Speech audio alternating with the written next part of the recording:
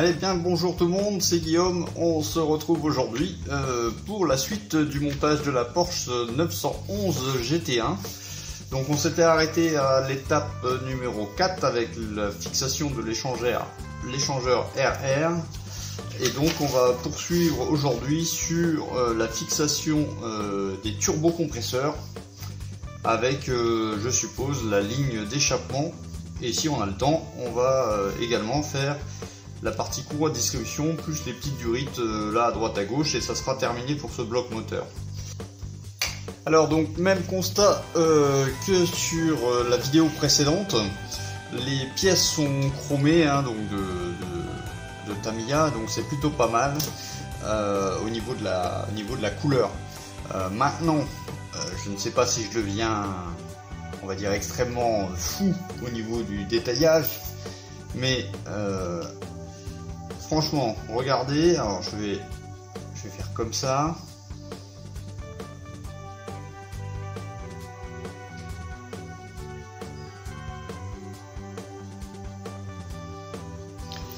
Voilà. Honnêtement, vous êtes de quelle équipe? Vous êtes de l'équipe c'est pas grave, je coupe comme ça et je mets la pièce en place, ou est-ce que ça vous gêne également? Parce que franchement, il y a quand même de la grosse ligne. Hop là, désolé, le focus m'a lâché. Donc il y a quand même de la grosse ligne de partout. Et donc moi, quand je regarde la pièce, même là, hein, à environ 40-50 cm d'écart hein, avec la pièce, bah, on voit quand même cette fameuse ligne. Hein. Donc voilà, dites-moi le si je suis fou ou vous feriez la même chose que moi. Ok, bon ben je continue, ça va passer au glanzer. Donc le glanzer va enlever le chrome, et donc le morceau de grappe hein, qui est en dessous, c'est du blanc. Voilà. Donc à tout à l'heure. Alors me revoilà, et voici les pièces qui sont parties au glanzer. Donc on retrouve les pièces à l'état brut, donc couleur blanche. Donc en fin de compte, la grappe était blanche et ils l'ont trempée dans un bain de chrome. Donc j'ai décidé quand même d'attaquer l'étape numéro 6. Donc il y avait deux durites hein, qui faisaient partie de l'ensemble. Donc au niveau de l'échappement, bah, c'est beaucoup mieux. On a plus de lignes visibles. On a également à l'arrière des pastilles d'éjection, donc ça a été poncé. Et sur le blanc, j'arrive quand même à voir mieux que sur le chrome. Donc là, j'ai encore pas une petite ligne, mais un renfoncement de pièces. Il y a quand même deux petits détails qui sont un peu chagrinants, on va dire. Sur les turbos, vous voyez, au niveau, je vais essayer de faire la mise au point. Sur les turbos, j'ai deux trous. Je ne sais pas pourquoi. Il y a vraiment deux trous dans les turbos. Alors forcément, ça va marcher moins bien. Alors, je vais essayer de vous montrer d'un peu plus près. Voilà. Vous voyez? Et donc, par contre, les pièces sont vraiment nickel. Là, c'est vraiment parfait. Il n'y a plus de lignes de partout. Donc, bah, je suis content. C'était une opération longue quand même, hein, pratiquement 2 heures. Donc, je vais déjà coller ça. Donc, je vais assembler déjà la fin de l'échappement. Donc, à faire. En plus, la colle sur du plastique brut, ça marche nickel. Tac. On va essayer de compresser ça au maximum. Ah, si, je vais avoir besoin. Alors attendez, je vais essayer. Hein.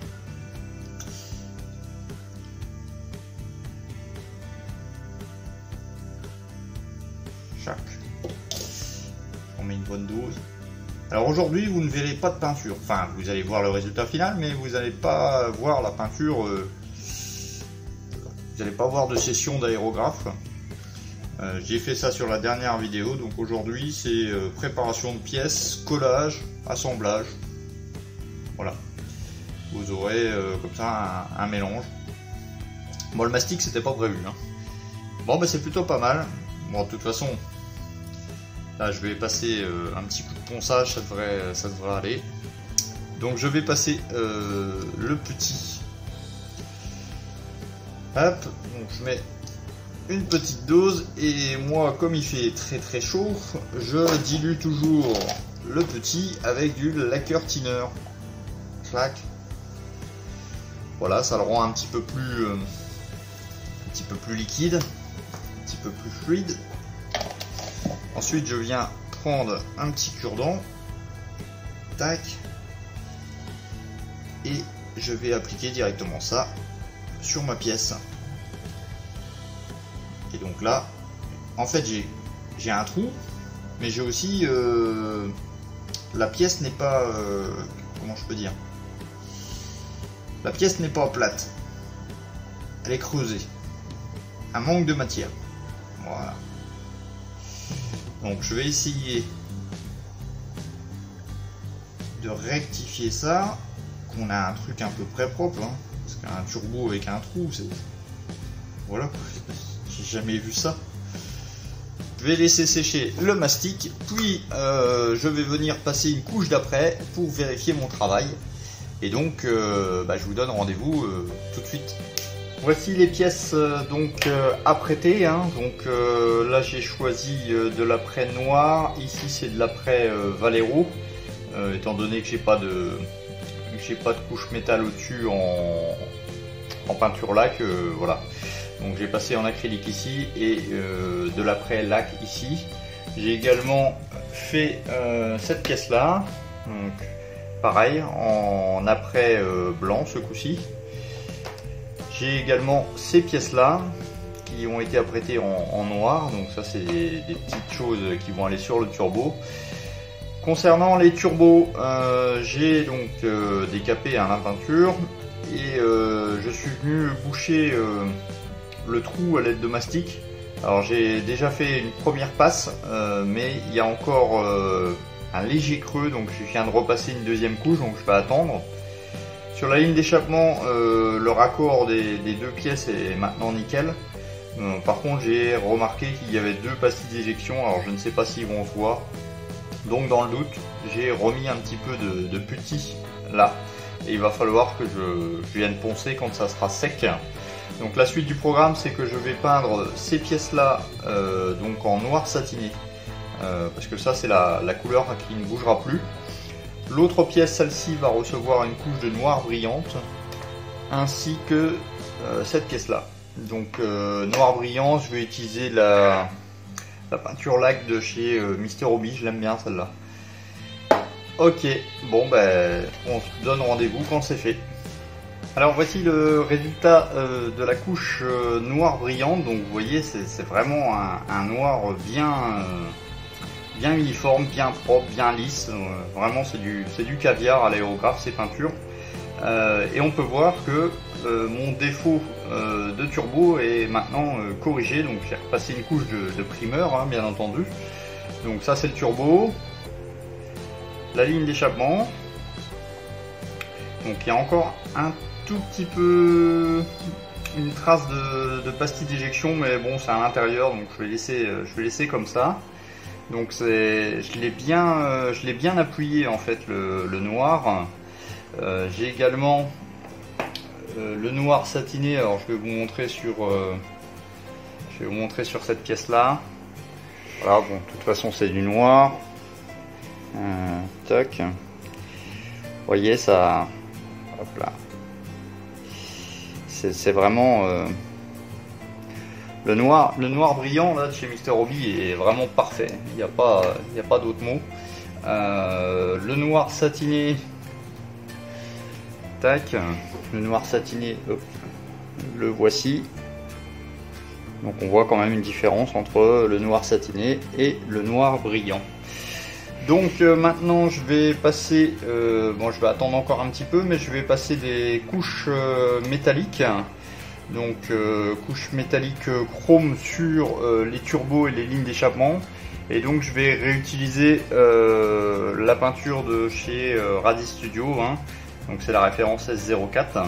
Alors finalement j'ai décidé de faire les peintures dans mon coin et vous montrer le résultat et donc de faire le collage ensemble. Hop là, la petite boîte avec le moteur. Donc j'ai rectifié mon rouge et j'ai rectifié un petit peu la partie orange. Donc je vais essayer de vous montrer ça au plus près. Alors on commence par les turbos. Alors je vais zoomer. Voilà. Donc ici vous avez du noir satiné, donc c'est du Vallejo Mecha Pure Black. Ici vous avez de l'aluminium, donc c'est l'aluminium toujours de chez Vallejo Metallic Air. Donc à la base celui-ci n'est pas mat, donc j'ai repassé, donc ça c'était fait au pinceau. J'ai repassé un vernis mat, toujours de la gamme Mecha, au pinceau, ça marche très bien. Parce que j'avais pas envie de masquer les zones, donc j'ai fait ça au pinceau tranquillement. Ici, la petite boule là, c'est du X11 avec du X12. Alors moi c'est pas X11 et X12, c'est du chrome de chez Vallejo, voilà, Metallic Air, avec du gold de chez Vallejo également, la gamme Mecha. Voilà, j'avais déjà fait le mélange sur une autre partie du moteur. Voilà, ça s'applique bien. Donc le rendu est sympa. C'est pas exceptionnel non plus, mais c'est sympa. Et c'est surtout qu'on voit bien la différence des teintes. Ça c'était l'objectif principal. Et puis bien sûr ici d'avoir un rendu propre, lisse, sans trou, sans voilà. La partie courroie de distribution. Donc alors plusieurs peintures. Donc déjà noir brillant en sous-couche, donc Mr. Hobby. Ensuite j'ai passé du chrome Radis Studio sur l'ensemble de la pièce, du noir satiné, donc Vallejo Mecha, du noir mat Vallejo modèle R pour faire la courroie, et ici le mélange de X11 et X12. Voilà, normalement c'était une autre couleur mais j'ai préféré comme ça. Tac, donc ça c'est fait. Les deux lignes d'échappement, donc là rien de particulier, tout en chrome de Radis Studio. Le chrome est sympa, hein. C'est pas à 100% chrome, mais moi je le trouve joli. La suite des turbos qu'on va venir assembler. Donc là pareil, tout en chrome, juste ici X11 et X12, c'est la petite boule là, le petit raccord. Donc par contre ça brille un peu moins. Ça brille un peu moins que le turbo, vous voyez. J'ai moins insisté sur le noir brillant. Et vous voyez que la sous-couche a une incidence directe. Donc ça fera une petite nuance, c'est pas très grave. Et puis ça je vous l'avais montré, du noir satiné du X18 là ce coup-ci, et petite repiqûre d'orange. Donc il faudra que je lui mette un vernis mat dessus. Et puis voilà, donc on va venir assembler tout ça. Je change la caméra de place pour que vous y voyez un peu mieux. Voilà, donc on va s'occuper déjà d'assembler les deux turbos. Vous pouvez voir hein, mes pièces sont plutôt pas mal, hein, ça brille bien, ça le fait bien je trouve. Tac. J'avais envie de tester, j'avais acheté ça il y a longtemps et puis je m'en suis jamais trop servi une fois.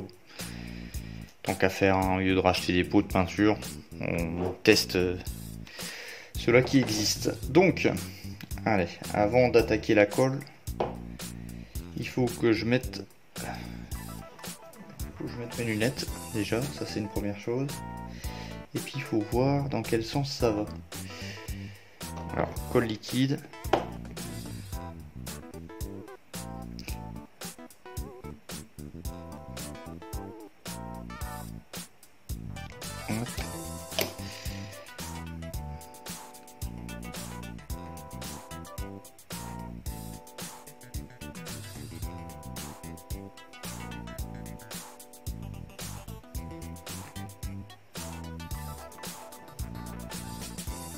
Alors sur le kit, il y a pas mal de...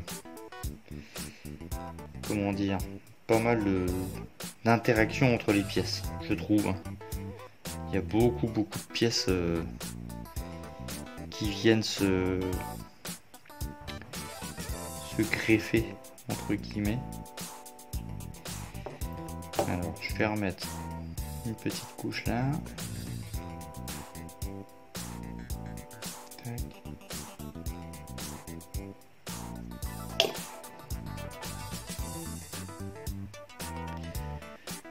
Voilà le résultat du fameux turbo.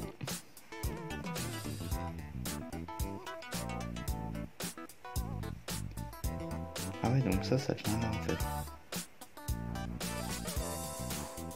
D'accord, ça y est, j'ai tout compris, enfin je pense. Tac, ça va comme ça.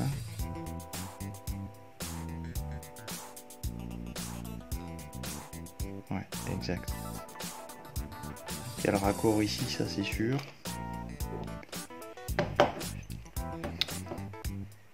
Tac.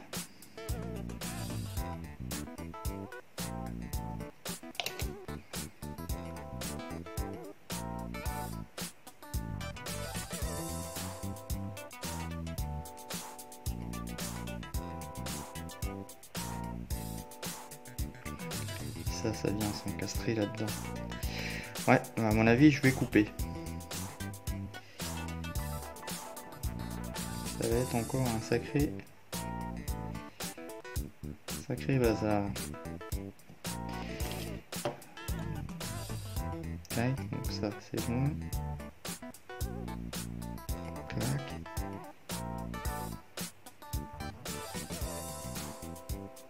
Et clac.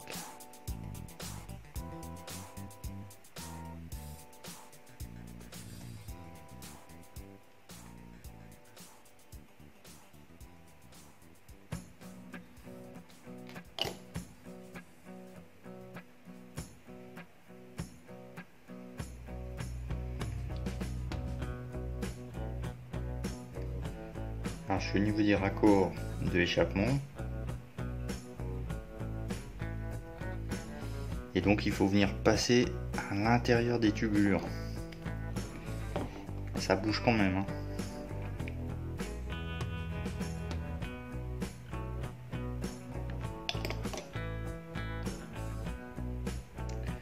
Là,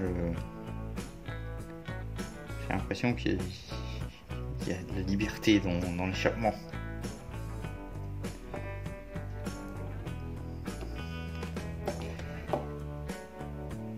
Donc j'ai gratté le point de...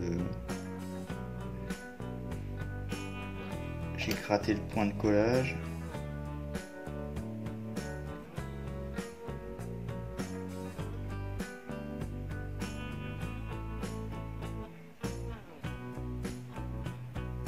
Non, ça peut le faire, ça peut le faire.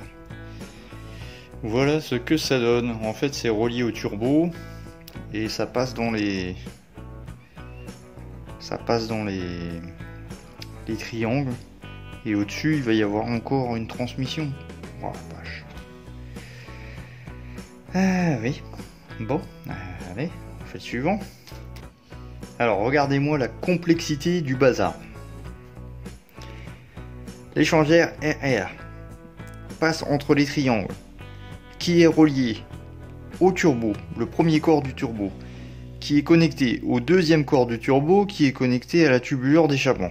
Et pas d'admission comme j'ai dit dans l'ancienne vidéo. Ensuite, l'échappement passe à travers les triangles et vient se positionner sur la fin. Et il y aura également un cardan qui va venir traverser ce bazar. Ça fait plaisir, hein. Ça fait plaisir. Bon, vue finale du moteur, c'est pas mal. Donc, je vais passer quoi en premier? Alors, qu'est-ce qu'ils nous disent? Donc, en premier, ils nous disent de mettre les tubulures, encore, les tubulures. Alors, ça va comme ça. Oh, c'est vraiment... Ouais, c'est une toile d'araignée le truc. Ça va où? Ça va où cette affaire? Putain, compliqué. Ouais, bon. Je fais une pause, réfléchis. Alors l'explication est là. Les deux viennent se greffer ici. Alors j'ai un peu maltraité ma peinture. Et là il y a un trou aussi dans une durite d'échangeur RR. Vous voyez, c'est ici. Là. Et donc ça ressort de l'autre côté. Donc je recommence. Pour vous montrer la difficulté de la chose. Tac. On vient passer ça là-dedans.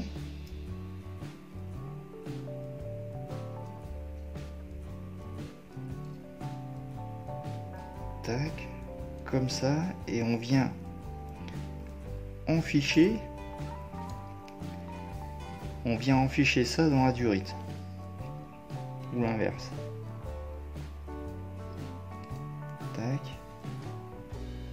Il faut avoir 4 mains en fait pour monter ce moteur. Voilà. Tac. Et donc à partir de là, on ne touche plus à rien.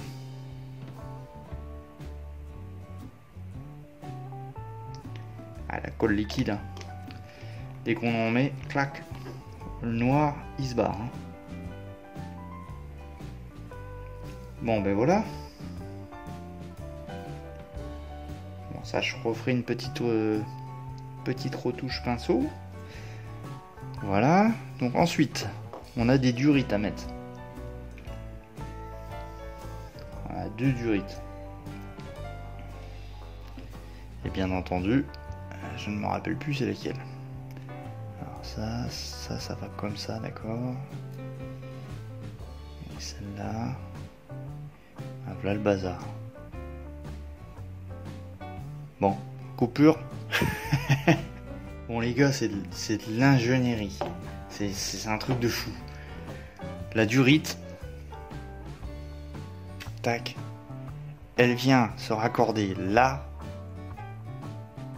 jusqu'au turbo et elle passe dans les triangles. Faut avoir fait bac+5 pour monter ce moteur. Enfin, en réalité, ça me paraît logique. Mais alors, sur la maquette, c'est la première fois que je vois une maquette aussi détaillée, quoi. En termes de durée de moteur. Franchement, là, les ingénieurs, les designers de chez Tamiya, je sais pas, ils se sont dit, allez, on s'éclate. On va faire un truc de fou. Donc ce que je fais, c'est que je pose la partie supérieure. Alors la seule chose, c'est con, c'est que les pastilles d'éjection sont ici. Mais ici il va y avoir une grosse plaque. Hop, pardon. Ici il va y avoir une grosse plaque devant, donc en fait toute cette partie-là ne sera pas visible.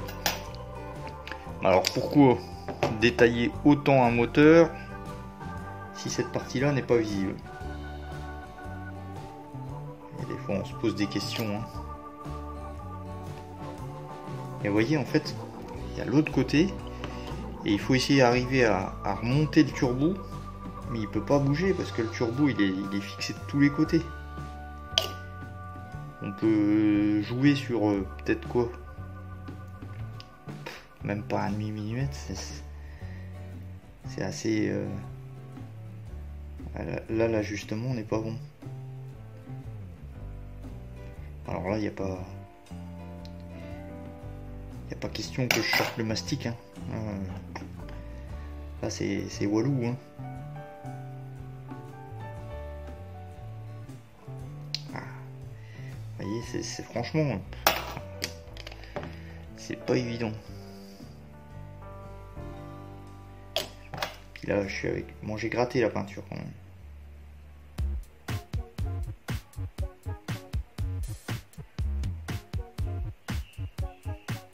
Tac. Ouais, en bas il n'y a pas moyen. Hein. il y aura un millimètre de jour, hein, mais je peux pas. Là, il est bien mis. Il est enfoncé à toc. Et là, je peux pas remonter étant donné que j'ai cette durite là. Donc là, je peux pas la remonter. Hein.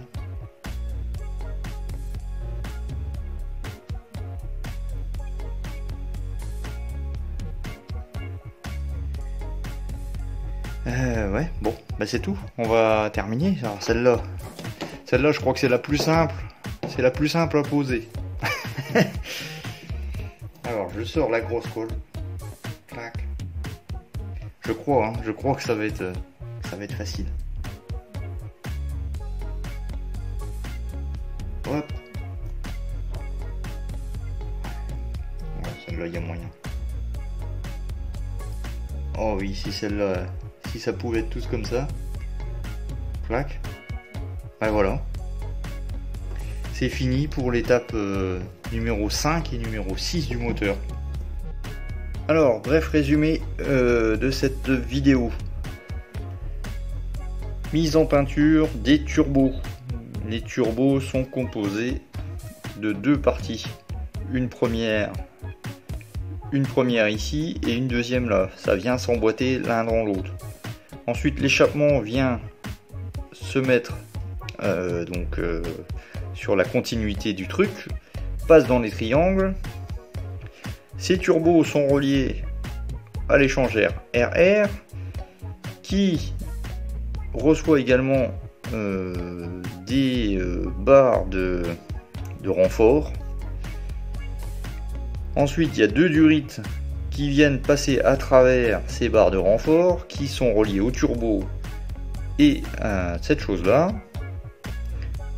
Plus donc la partie courroie où c'est que j'ai fait un peu de nettoyage peinture, donc XF1 noir mat, noir satiné, X11, X12 plus chrome. Ah bah c'est un sacré moteur. Moi je sais pas. Tiens, je vais peut-être lui remettre une couche de colle. Bon, je verrai ça après. Tac. Donc voilà ce que ça donne ce moteur. Allez, je vous le fais tourner.